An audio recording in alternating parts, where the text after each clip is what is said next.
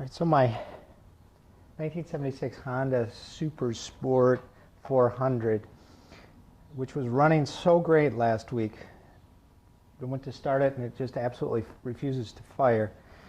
I'm going to see if I can fix this, and if you are seeing this on YouTube, it means I actually did fix it. If you don't see this, it means I had to take it someplace. I'm not a mechanic by any means, but I know a couple of things. I know that an engine needs gas and it needs electricity. I've got gas. It seems to be dripping out the bottom here, and it's in this tank, so I suspect it's electricity. First thing I'm going to do is check to see if I've got a spark. So pull the spark plug out. Oh God, it's freaking hot. Remember when I did a video and it was 12 below zero? Air temperature 12 below zero, wind chill 26 below zero. Yay! Alright, it happened. Ooh. That spark plug's in pretty bad shape. Alright, so I pulled my spark plug up. I hooked the spark plug wire back up to it. I'm just going to kick it over and see if there's a spark there. I don't see that I'm getting any spark at all there. It says spark plug gap is supposed to be 0.7 to 0.8 millimeters.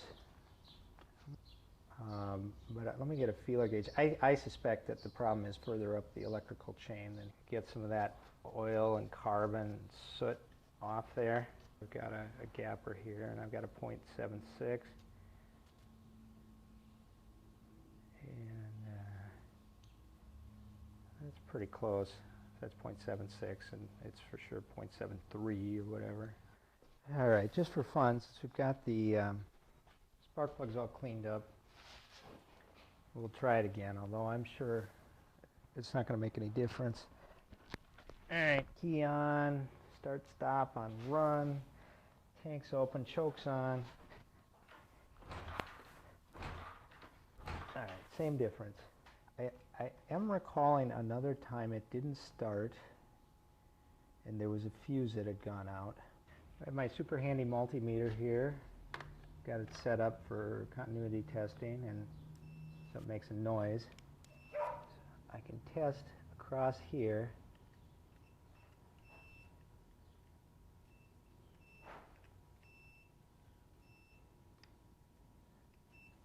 All those seem to be working fine, so it's not a fuse, not one of those fuses.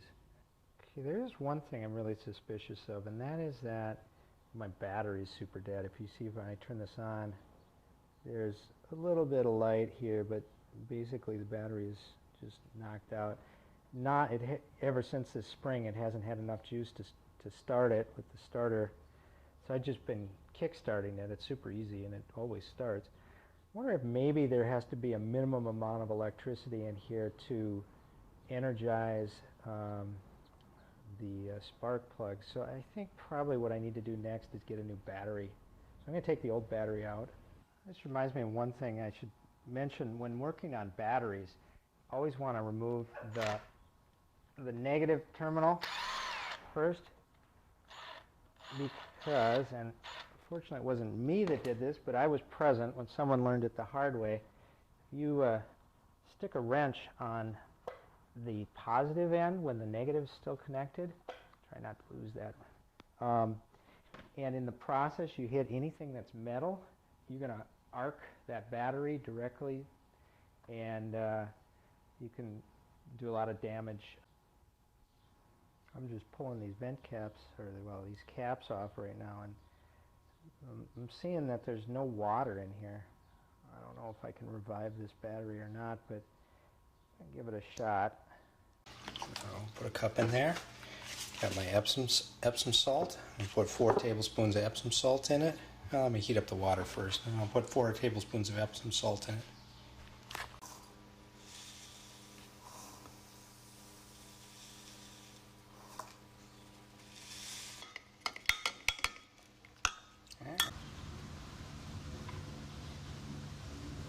I was on this charger for about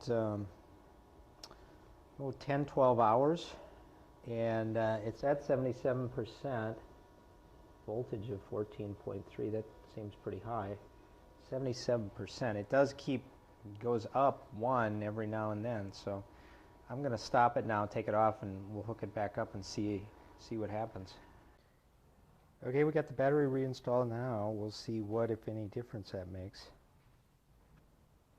Put the key in. Oh, you can see the lights are much brighter now. There's no headlight. Let's see if it'll turn over. No.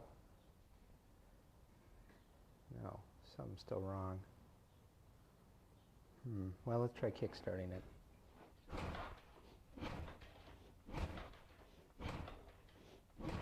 Nothing. Turn the choke off.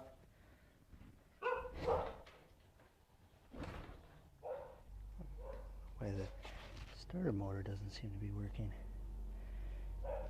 Alright, I think the next step is to figure out, I'm going to check this switch, because sometimes I had trouble with that. It's a replacement cheap Chinese switch. And I've had situations where it was on run and it wasn't really on run, so I'm going to deal with that next. Looks like when it's there, it's making these two wires connect, completing a circuit which tells the motorcycle that it's okay to run.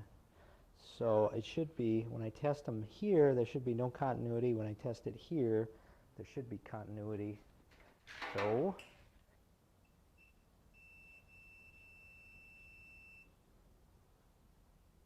there's definitely continuity there.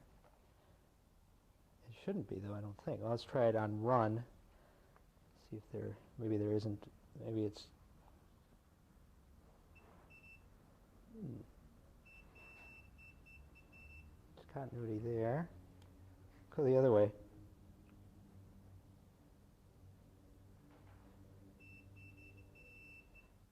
Huh. Well, it seems to be the same in every position. I would think that the switch would just complete the circuit, and so if it's making noise, it should be fine, although it should be off. When it's on off, it shouldn't make a connection. It's worth further exploration, I think. That's weird. Alright, so I haven't really figured anything out yet, but what I was thinking, because no matter what position this is, it's always connected together and it doesn't start, it might mean that if I snipped one of these wires so there was no connection, it would start. But that seems kind of permanent if I do that. So I'm going to follow this to its end and disconnect it wherever it's disconnected. I think it's under the gas tank someplace, and the gas tank's pretty easy to take off. You can see this wire goes through the handlebar, and then you're not going to be able to see it, but it comes out of a hole right here, and then it comes down, and this is it, and then it goes under here. So let me take the gas tank off, which is, like I said, pretty easy to do. Shut the valve off, and then it is, so you don't want to take this off because the valve's here, but if we take this off here, then we're downstream of the valve, so it should come off and not leak gas all over my brand new concrete. Not too much, hopefully. Of course, there's going to be some in there. Let me see, where's my rag? There's a rubber thingy here. This is the tank. You can see it's pretty loose. It's kind of held on there, and then the front. My white balance. Let me fix that. It seems like it should break, being like 40 years old and all, but it's still got some play to it. Now, this just comes back, and voila! How's that, huh? Ooh, look at that. All sorts of stuff to look at. And this is plenty full. See how it says, if I turn it to the off position, it's just sort of floating. There's no voltage going in there. If if I turn it on, and it's sending 9 volts through this wire. So that's going someplace else. So, but anyways, what that tells me is that this switch is doing something. There's no voltage, and now there's voltage. So I don't think that's our problem. I think it's going to have something to do with the fact that the starter motor doesn't turn over now, too. I think there's something related there. All right, we're going to keep looking. Okay, well, now this is interesting. Now, if you look, can you see the spark in there? Okay. Oh, God, it's frickin' hot. That spark plug's in pretty bad shape. I don't see that I'm getting any spark at all there. My battery's super dead. If you see, when I turn this on, I'm seeing that there's no water in here. Yeah. I'm definitely getting a spark now. I can't tell you necessarily what was wrong with it. I was just out pushing it up and down the alley while it was in gear. I ended up turning the choke all the way off, pushed it a while, gave it some gas, started up. Seems to me to have been flooded, but heck, I know there wasn't a spark there before, so I'm not sure where the problem was, but all I can do is tell you that it seems to be fixed. Okay, so what's my take-home message? I guess, you know, I was inspired a lot, and as many faults as he may have had, Dave of Dave's Farm is the one who inspired me to work on machines that didn't seem to be working, because he could take the biggest pile of crap he found with weeds growing in it in the middle of his yard and make it run. I figured I can make something that has run recently run, and it's almost always the case that I can. So if you've got something that's broken, don't give up. Don't just take it in, have someone else figure it out.